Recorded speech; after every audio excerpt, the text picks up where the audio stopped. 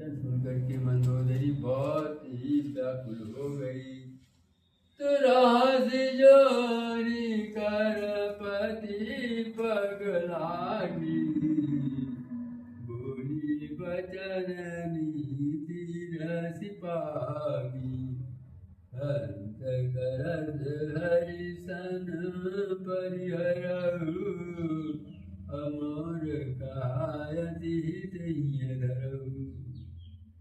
वह एकांत में हाथ जोड़ करके पति रावण के चरणों लगी और नीति रस में पंगी हुई वाणी बोली कि हे प्रियतम, श्री हरि से विरोध छोड़ दीजिए और मेरे कहने को अत्यंत ही हितकर जानकर हृदय में धारण कीजिए। तो समझत जासु दूत कई करनी, हृदय गबरदनी चर धरई। तासु नारी निज सजीव बोलाई, अपठव कंत जो चाहु भलाई। जिनके दूत की करनी का विचार करते ही स्मरण आते ही राक्षसों की स्त्रियों के गर्भ गिर जाने है। हे प्यारे स्वामी, यदि भला चाहते हैं तो अपने मंत्री को बुलाकर और उसके साथ उनकी स्त्री को भेज दीजिए। तब कुल कमल विपिन दुखदाई, सीता सीत निशा समाई। सुनऊ नाथ सीता बिनु दीने, इतन तुम्हार शंभु अज कीने। सीता आपके कुल रूपी कमलों के वन को दुख देने वाली जाड़े की रात्रि के समान रात्रि आई है। हे नाथ, सुनिए, सीता को दिए लौटाए बिना शंभु और ब्रह्मा के दिए हुए भी आपका भला नहीं हो सकता। तो राम बाण गण सरिधन कर निशाचर को, जब लगी ग्रसत न तब लगे जतन करहु तज टेको। रामचंद्र जी के बाण सर्पों के समूह के समान है और राक्षसों के समूह मेढक के समान। जब तक वे इन्हें ग्रस नहीं लेते, निगल नहीं जाते, तब तक हठ छोड़ करके उपाय कर लीजिए। तो श्रवण सुनी सठता करि बानी, बिहसा जगत विदित अभिमान। सब सुभाव नारी कर साचा, मंगल महुबल मन अति काचा। मूर्ख जगत प्रसिद्ध अभिमानी रावण कानों से उसकी वाणी सुन करके खूब हंसा और बोला कि स्त्रियों का स्वभाव सचमुच ही बहुत डरपोक होता है, मंगल में ही भय करती हो। तुम्हारा मन हृदय बहुत ही कच्चा कमजोर है। तो जो मरकट कटकाई,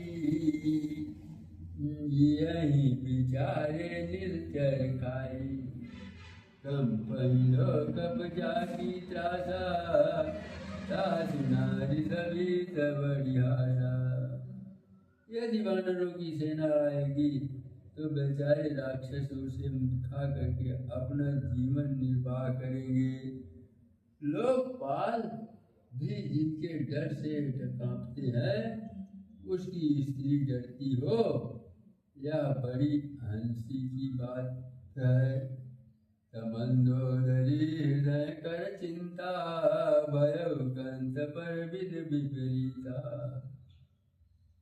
रावण ने ऐसा कह करके हंस करके उसे हृदय से लगा लिया और ममता बढ़ा करके अधिक स्नेह दर्शाकर वह सभा में चला गया और मंदोदरी हृदय में चिंता करने लगी कि पति पर विधाता प्रतिकूल हो गए हैं। तो बैठो सभा खबरिया सिपाही, सिंधु पार सेना सब आई, बूझसी सचिव उचित मत कहू, ते सब हंसे मष्ट कहू। जो ही वह सभा में जाकर के बैठा तो उसने ऐसी खबर पाई कि शत्रु की सारी सेना समुद्र के उस पार आ गई है। उसने मंत्रियों से पूछा कि उचित सलाह दीजिए, कहिए अब क्या करना चाहिए। तब सब हंसे और बोले कि चुप किए रहिए, इसमें सलाह की कौन ही बात है। जितहु सरासुर तब श्रम नाही, नर बानर के लेखे माही। आपने देवताओं और राक्षसों को जीत लिया, तब तो कुछ श्रम ही नहीं हुआ, और फिर मनुष्य और बानर किस रीति में है। सचिव बैर गुरु तीन जो, प्रिय बोले भयास, राज धर्म तन तीन कर, मोहि बेगहि नाश सियावर रामचंद्र। मंत्री वैद्य और गुरु एक तीन यदि अप्रसन्नता के भय या लाभ की आशा से हित की बात न कह करके प्रिय बोलते हैं, ठकुरवादी कहने लगते हैं, तो क्रमशः राज, शरीर और धर्म इन तीन का शीघ्र ही नाश हो जाता है, इसमें कोई शक नहीं है। तो सोई रावण गौ बनी सहाई, आसुति करहि सुनाई सुनाई, अवसर जानि विभीषण आवास, भ्राता चरण सीसु तेहि नावास। रावण के लिए भी वही सहायता संयोग आ बनी है। मंत्री उसे सुना करके हंस मुँह करके स्तुति करते हैं, और इसी समय अवसर जान करके विभीषण जी आए, जिन्होंने बड़े भाई के चरणों में सिर नवाया। तो पुण्य सिर नाई बैठ निज आसन, बोला बचन पाई अनुशासन, जो कृपाल पूछे मोहि बाता, मति अनुरूप काम हित दाता। फिर नवा करके अपने आसन पर बैठ गए और आज्ञा पा करके वे वचन बोले कि हे कृपालु, जब आपने मुझसे बात राय पूछी ही है, तो हे तात मैं अपनी बुद्धि के अनुसार आपके हित की बात कहता हूँ। जो अपन चाहे कल्याणा, असुजसु सुमति सुगति सुख नाना, सो पर नारी लीलार गोसाई, तजौ चौथ के चंद गिनाई। जो मनुष्य अपना कल्याण, सुंदर यश, सुबुद्धि, शुभ गति और नाना प्रकार के सुख चाहता है, वह हे स्वामी पर स्त्री के ललाट को चौथ के चंद्रमा की तरह त्याग दे। अर्थात जैसे लोग चौथ के चंद्रमा को नहीं देखते, उसी प्रकार पर स्त्री का मुख ही न देखे। तो 14 मन एक पति होई, भूत द्रोह तिष्ठहि नहीं सोई, गुण सागर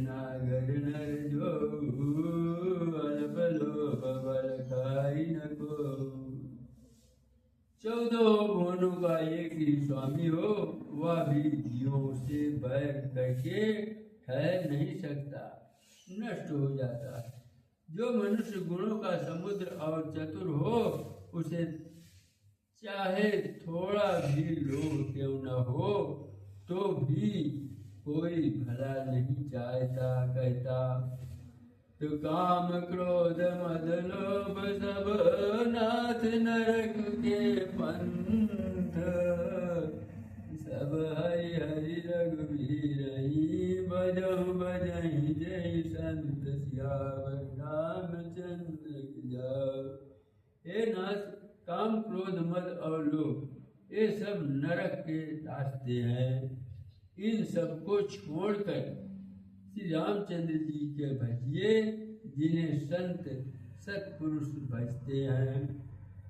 तुतास राम नहीं नर भूपाला, अभुवनेश्वर कालव कर काला, ब्रह्मा नामय अज भगवंता, व्यापक जितनादि अनंता।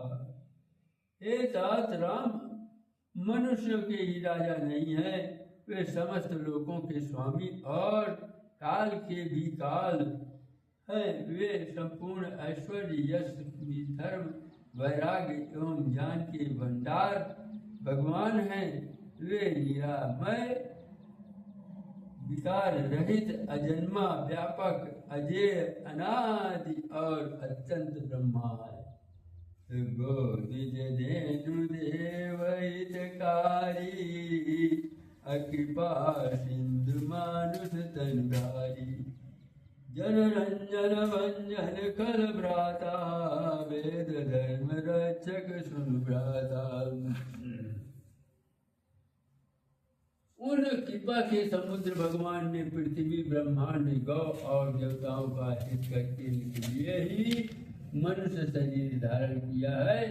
हे भाई सुनिए, वे सेवकों को आनंद देने वाले और दुष्टों के समूह का नाश करने वाले और वेद रचा धर्म की रक्षा करने वाले हैं। तो ताहि माथा, अप्रणतारित भंजन रघुनाथा, देवनाथ प्रभु कहूँ बर देहि, भजहु राम बिनु हेतु सनेहि। बैल क्या करके उन्हें मस्तक नवाइए, वे रघुनाथ जी शरणागति से नाश करने वाले हैं, शरणागत का दुष्ट नाश करने वाले हैं। हे नाथ, उन प्रभु सर्वेश्वर को जानकी जी दे दीजिए और बिना ही कारण स्नेह करने वाले श्री रामचंद्र जी को भजिए। शरण गए प्रभु ताहु न त्यागा, अभिश्वद्रोह कित अधजहि लागा, जादु नाम दय तापन सामन, सोई प्रभु प्रगट समुद्र जिय रामन।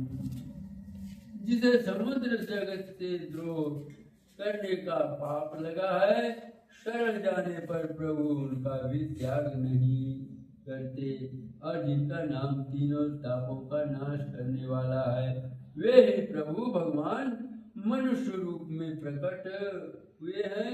हे रावण, हृदय मेरा समझ लीजिए। तो बार बार पद लागूं, विनय करऊं दस सी, परिहरि मान मोह मद, भजहु घोषलाधि। हे दस शीश, मैं बार बार आपके चरण कमल लगता हूँ और विनती करता हूँ कि मान मोह और मद को त्याग करके आप कौशलपति श्री रामचंद्र जी का भजन कीजिए। तपुनि पुणे धनिज शिष्य धनम, कई पठैया बात, तुरत समय प्रभु शरण कही पाई सुअवसर तात।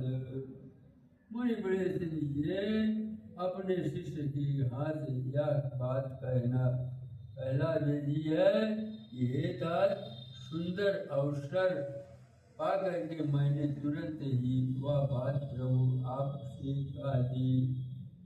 माल्यवान सयति सचिव शयाना दास बचन सुनियति सुखमाना तात अनुज तव नीति विभूषण शौरधरौज कद विभीषण। माल्यवान नाम का एक बहुत ही बुद्धिमान मंत्री था। उसने उन विभीषण